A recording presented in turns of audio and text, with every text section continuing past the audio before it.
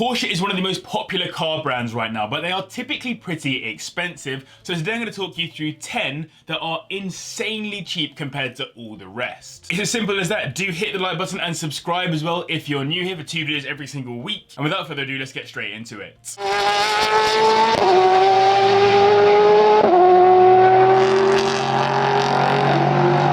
We're entering into this video with an entry-level model Porsche, the 924S, which arrived to replace the 912 and 914 and was the first production Porsche to come as a front-engined rear-wheel drive car. It was also the first to have a standard automatic gearbox and the first with water cooling too, all pieces of the future 911-996 puzzle that arrived around 10 years after the 924 ended its life. It came with a few engine options, but the S had a 2.5-litre inline-4 block, producing 148 brake horsepower, taking it to 60 in 7.5 seconds, so by no means quick, but you're not buying this for performance. It's a classic Porsche, so buy it as a classic car. Originally this came as a joint project between VW and Porsche, but VW sacked it off with the oil crisis in 1973 and Porsche bought the rights to the project to finish it off. As the S arrived during the 944's existence, it took some parts from the 944 like the engine block and brakes, but it still retains 924 parts in most other places. These start at around £3,500, making it the joint cheapest car on the list,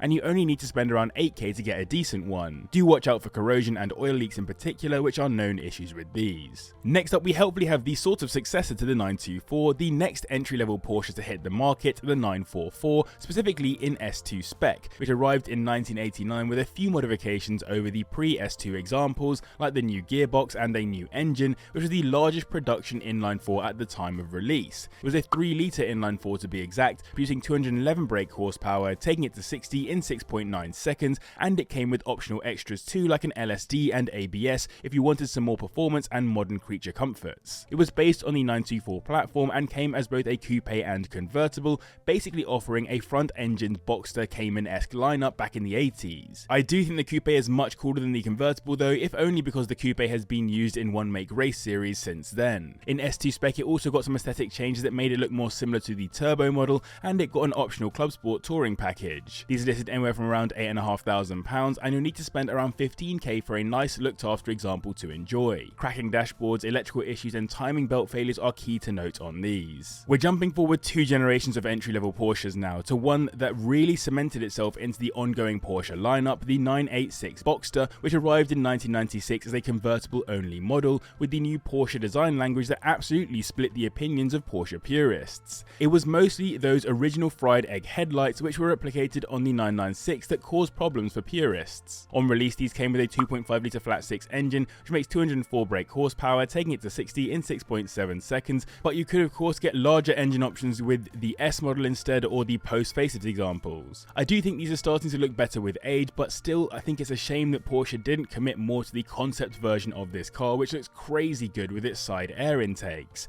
And though it was supposed to be the new entry-level car, it also replaced the 928, which wasn't selling too well despite being the car that was supposed to replace the 911. They'll run you around £3,500 at the bottom end, and 11k will get you into a stunning post-facelift example as well as multiple S models. The most well-known problem with this engine is bore liners cracking, IMS or RMS failure, and coil pack failure as well. We're onto a baby SUV from the Porsche brand now, and the newest car on the list, the Macan S, which shares its platform and suspension with the Audi Q5, though it's not fair to say that the two cars are the same, as pretty much everything else about the Macan is unique to it, other than the suspension, but even that has been heavily modified from the Audi. The concept was to build a compact luxury crossover SUV that would be great for day-to-day use, but also sit in between the Panamera and Cayenne, hence it visually looks pretty similar to the former, but is an SUV like the latter. It comes with a 3-litre turbocharged V6 diesel block in S spec, which makes 254 brake horsepower, taking it to 60 in 6.1 seconds, not bad for a car of its size. The best thing about these is the interior. It's such a nice place to be with the more modern Porsche design and feel compared to other cars on this list.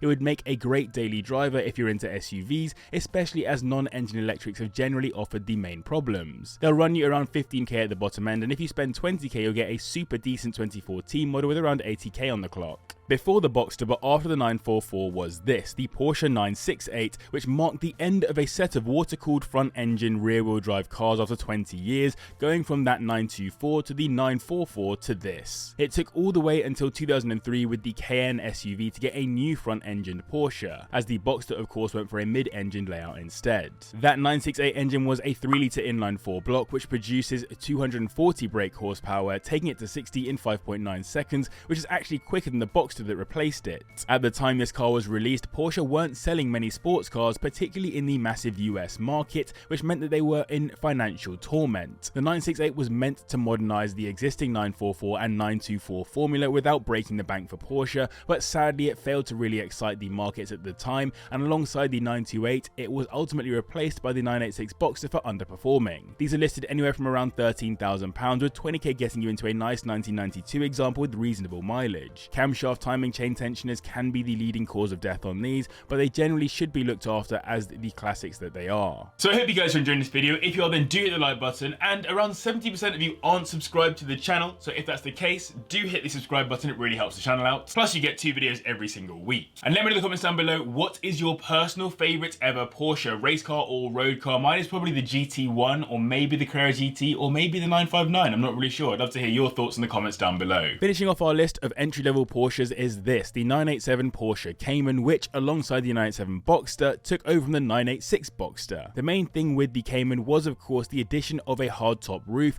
rather than being convertible, but probably more importantly, the 987 generation did a good job of evolving what the 986 set in place. It came with a 2.7 litre flat 6 engine on release, which puts out 245 brake horsepower, taking the car to 60 in 5.9 seconds, but this was swapped for a 2.9 litre with the facelift, and you could of course go bigger with S or R models. The fastback coupe stylings are reminiscent of many of the cars I've already spoken about in this video, but the main difference is that the Cayman was generally heralded in the media as a baby 911 because of its looks and size, whereas the entry-level cars of the past seemed more separate. £8,000 the minimum you'll find these listed for, and the closer you get to 20k, the more facelift examples you'll find from around 2012 with low mileage. From a reliability perspective though, the story isn't hugely different from what you'll find with the 986 Boxster. Some of these were still troubled by IMS issues. Taking fourth on this list is the same car that nearly took the Porsche 911 away from us, the 928, which arrived in 1977 and ran through to 1995 as a Grand Tourer with more sportier Porsche handling dynamics. The concept behind it was that it would appeal to a wider market than the 911 during a time where the constantly evolving 911 wasn't selling too well. The 928 was supposed to be both luxurious and fast, and it ended up getting named a supercar by some journalists back in the 80s for this mix, but ultimately of course it never replaced the 911 and remains significantly cheaper than the 911s of its era now, given it starts at around £12,000 these days, while 20k will get you a decent mileage 1991 model. For that kind of money you'll be getting a 5-litre V8 engine which makes 325 brake horsepower, taking it to 60 in 5.6 seconds, which is not bad for how old this car is. Though these were a sales flop in the end, for me they are a certified classic, especially with specs like the Pasha pattern seats. The major issue to note on these was the cam belt failure, with that belt needing changing every 4 years or 60,000 miles alongside the water pump.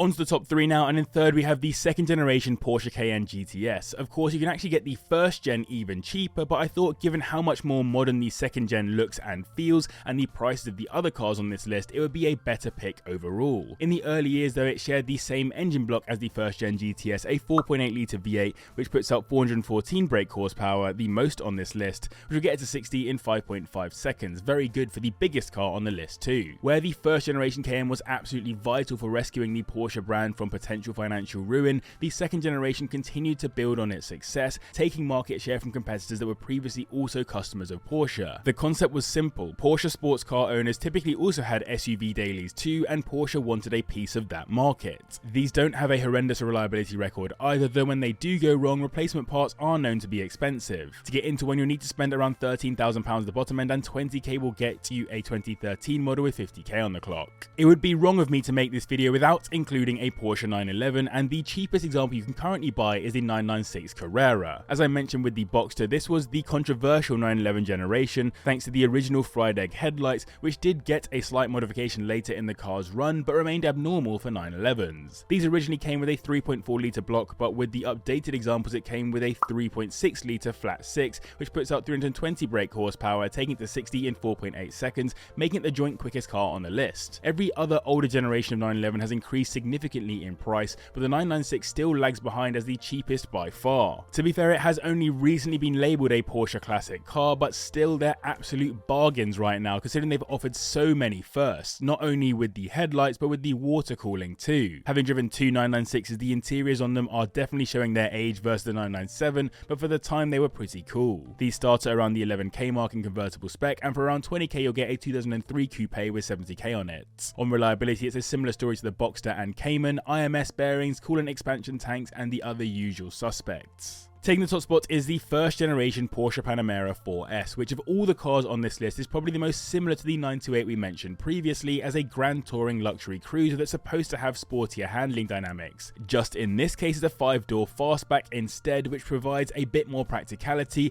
and this idea actually came from the Porsche 989 concept car, which was effectively a 4-door fastback version of the 928 we mentioned previously. Like the 928, the Panamera comes with a V8 block, a 4.8 litre V8 to be exact, which puts out 394 brake horsepower, taking it to 60 in 4.8 seconds, so it takes the top spot by virtue of being more powerful than the 911. I think these have now made it through the worst of their age and are starting to look better and better year on year. Plus, in 4S spec you get an insane level of performance for the money. It would probably be the best car for a Europe road trip of all the cars on this list. These start at around the 16k mark, making it the most expensive car on the list, and 20k will get you a nice 2010 example. Again, repairs on these can be expensive, but in general they're not unreliable cars. And so there you have it, 10 of the cheapest Porsches that you can actually buy. If you want to see more depreciated Porsches, do click on screen now. Huge thanks to the page for their support, and to you guys as well for watching, and I will see you in the next one.